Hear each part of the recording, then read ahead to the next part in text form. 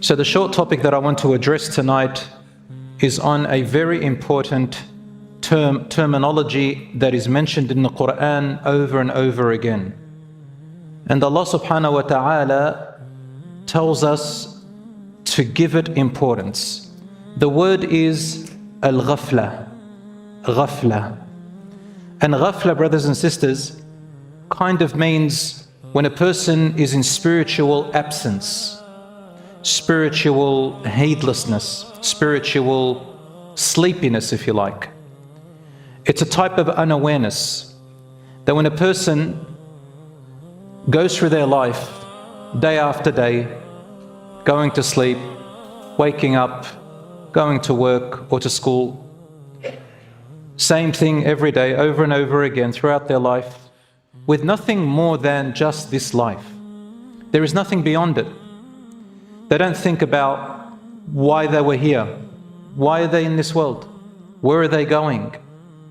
What does the Quran say? What does our Creator want from us? How did we come to this world?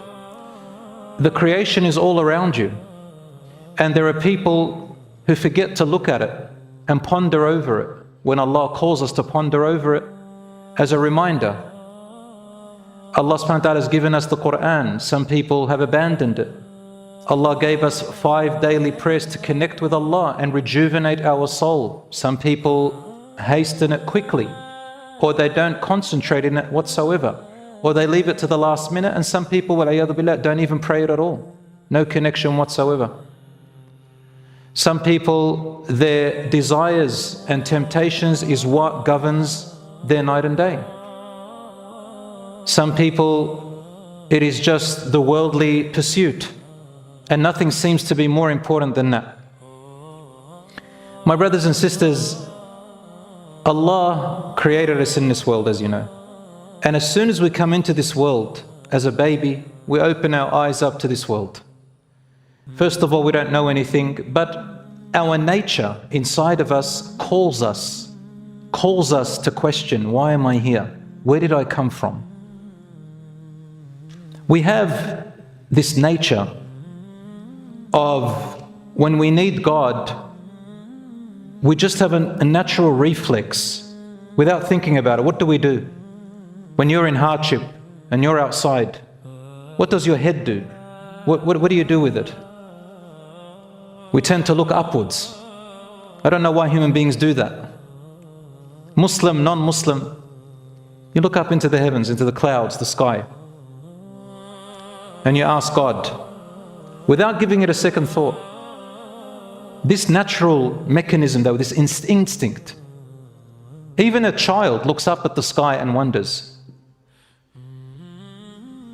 This instinct of ours, turning to the heavens, is something which is created from our birth. Why? So when we look out at this world and let it distract us and make it our purpose, we forget that there is something deeper inside of us that needs to be nourished. And that is the majority of the people of the world. Allah says in the Quran, وَإِن تَتَّبِعْ أَكْثَرَ مَنْ فِي الْأَرْضِ يُضِلُّكَ عَنْ سَبِيلِ اللَّهِ. If you were to follow the majority of people of the world, they will take you off the path of Allah. Because everything becomes just what you see and what you experience in your life, and that's it. Nothing beyond that. So ghafla means to be unaware, inattentive, and distracted from the purpose that you were created and where you're going.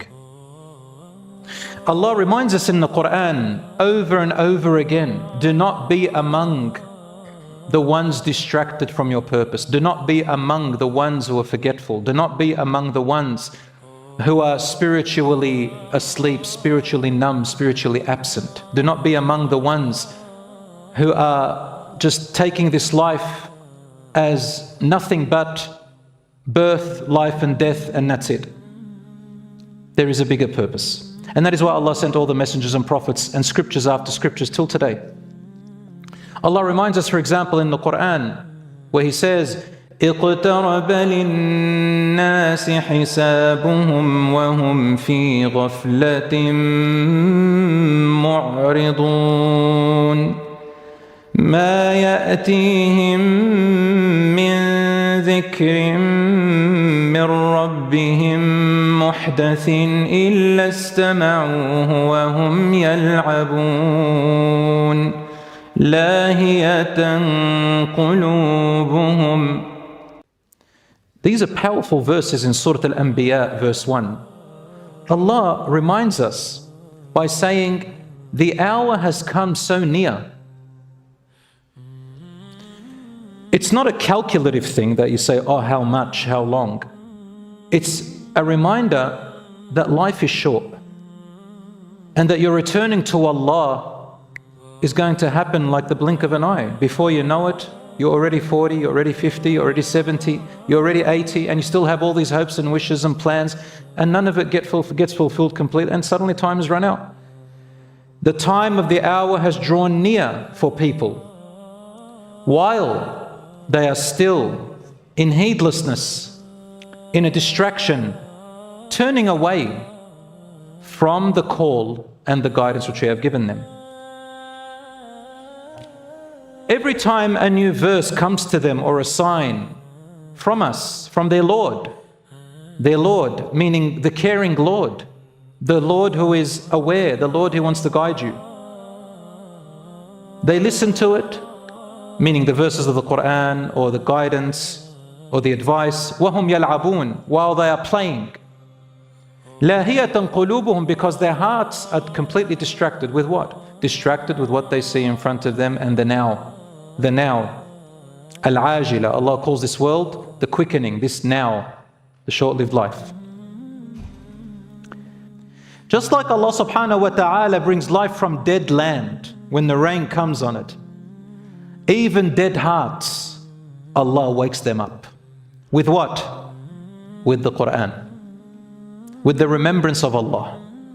With a heart that trusts and clings to its Creator Allah. With a heart and a mind that makes time in the day regularly, dedicated just to talk with Allah. With a tongue that is connected to the heart and soul, that whenever it looks at the creation of Allah, it remembers Allah and says a word that Allah loves, like Subhanallah. With a heart that when it sees a good deed that is an opportunity and they can do it, they go and do it. With a heart that they don't take for granted even the smallest good deed, even if moving an obstacle off the street. The Prophet ﷺ said, don't take for granted even the smallest good deed, even if it is taking a harmful object off the street, off the pathway. And if you can't even do that, then with a smile to your brother. And if you can't even do that, with a good word to someone. These types of people, brothers and sisters, exist on this earth, and you can be one of them, whose heart is constantly pumping with the remembrance of Allah while you go about your normal day, while you earn your money and spend it and work and go to school and live your life. But in the day, it goes hand in hand with remembrance. You come to eat, the Prophet ﷺ taught us to say, Bismillah, in the name of Allah. We remember that this food is from Allah, that provision is from Allah, gratitude is to Allah. We cannot survive without Allah. And so you connect with Allah subhanahu wa ta'ala. You say Alhamdulillah when you finish. Gratitude is to Allah. I could not have eaten or drank or done anything without Allah subhanahu wa ta'ala's permission. Again, you are connecting your life and you're eating with Allah subhanahu wa ta'ala. Every little subtle thing in life is a remembrance of Allah. But there are people who say it carelessly. They don't really think about it. People who say it and pray, for example, people who pray their salat, there is absolutely no consciousness in their salat. Many of a time, they cannot remember how many rak'ahs they did, what surah they read, whether they prayed or didn't pray. And sometimes a person does forget. It's normal for a human being. But what we're talking about is one who is 80%, 90% of their time, they're unaware of what they do. Salat, Quran, everything's just rushed and gone. That's why they don't feel its effect. You've got to live with it. Man, while you're making wudu and the water's dripping from you, think about the hadith of the Prophet ﷺ. With every drop that falls from you, sins fall with you. With every wudu you make, you are washing your heart and your sins. With every bowing that you do in salat, the Prophet, peace be upon him, said, sins drop off you. With every sujood, prostration that you put your head to the ground, you are getting closer to Allah and your heart is beating with the remembrance of Allah. The most unbelievable humility Allah doesn't tell us to do something unless there are benefits from all angles. And He doesn't tell us to not do something unless there is harm to us from various angles. Because He is the caring and the loving. My brothers and sisters, it is very normal for a Muslim and for anybody to sometimes forget and sometimes become unaware and slip. So here are some ways, inshallah, of how to remain consistent in the remembrance and awareness in your day-to-day life until you meet Allah subhanahu wa ta'ala. Look, it's a habit. It's a habit, and it's a conscious habit. And you got to vary it as well. You got to sometimes change it around. So number one, dhikrullah. Allah subhanahu wa ta'ala taught us how to stay in tune with why we're here and where we're going and not be among the heedless. Number one is dhikrullah, the remembrance of Allah. How do you do remembrance of Allah? You do remembrance of Allah with your heart, your mind, your tongue, your eyes, your ears, your hands and your feet. Dhikrullah, remembrance of Allah, is done with all of them. We already know with the mouth, that's the easy part, because we all know dhikrullah means saying Alhamdulillah, Subhanallah, La ilaha illallah, Subhanallah, Alhamdulillah, wa La ilaha illallah, Wallahu Akbar. With your eyes, looking at what Allah subhanahu wa ta'ala is pleased with. You look at the Quran. You look at your children with compassion. You look at your wife with love and affection. You look at your husband with love and affection. You look at your mother and father with mercy and compassion. You look at an animal that needs water with mercy and compassion. You see something on the internet, someone who's struggling around the world with mercy and compassion. You are making dhikr with your eyes. Of course, with the intention for the sake of Allah.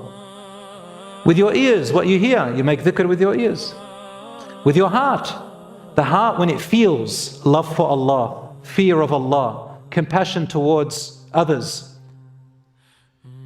All of this is the dhikr of the heart, of the mind, what you think. You know, the Prophet ﷺ told us, for example, whoever thinks and then intends, so the mind and the heart, to do something good and then doesn't do it, will still get one good deed for intending and thinking about it. And whoever does it will get from 10 folds to 70 folds to 700 folds, depending on the intensity of your intention. Whoever thinks and intends to do something bad and then changes their mind, they will get a reward from Allah for changing their mind, because that is struggling against your desires. But whoever does it will only get one bad deed. Allah makes it easy for us. And so on. So dhikr, my dear brothers and sisters, constantly, people get into the habit. Every day you need to make dhikr. Number two, reciting the Quran. You don't know how to recite in Arabic?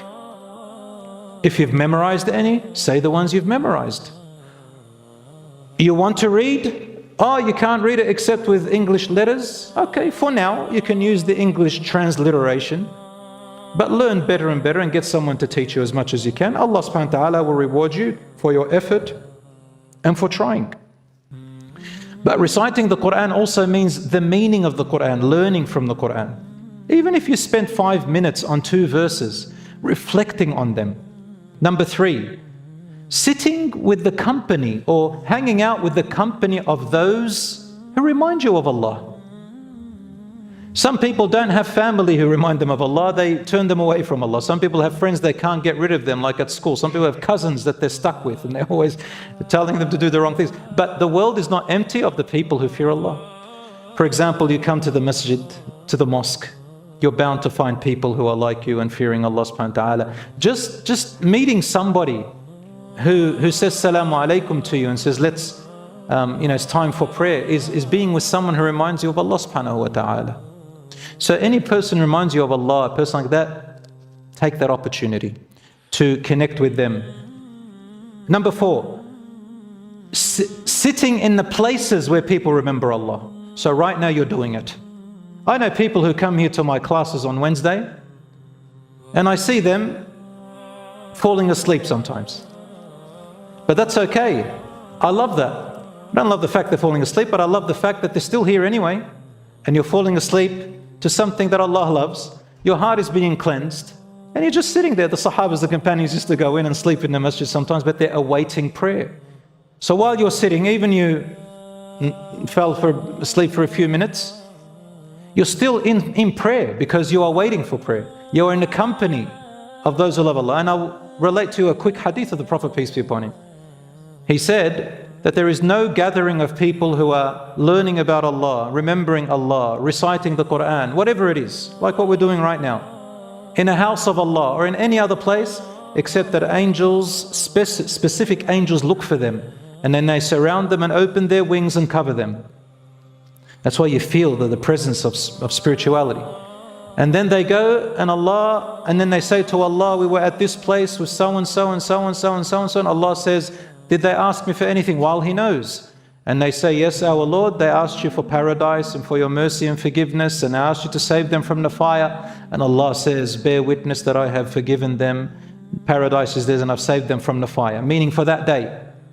If they were to die that night, that's what they're going to get. And until next time.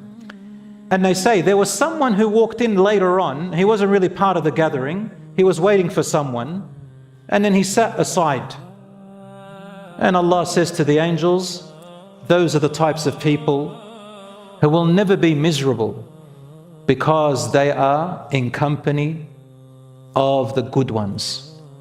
Just being company of a good one and you're filled with sins creates an opportunity for a door, an opening for you. Number 5, constant dua. And not only dua,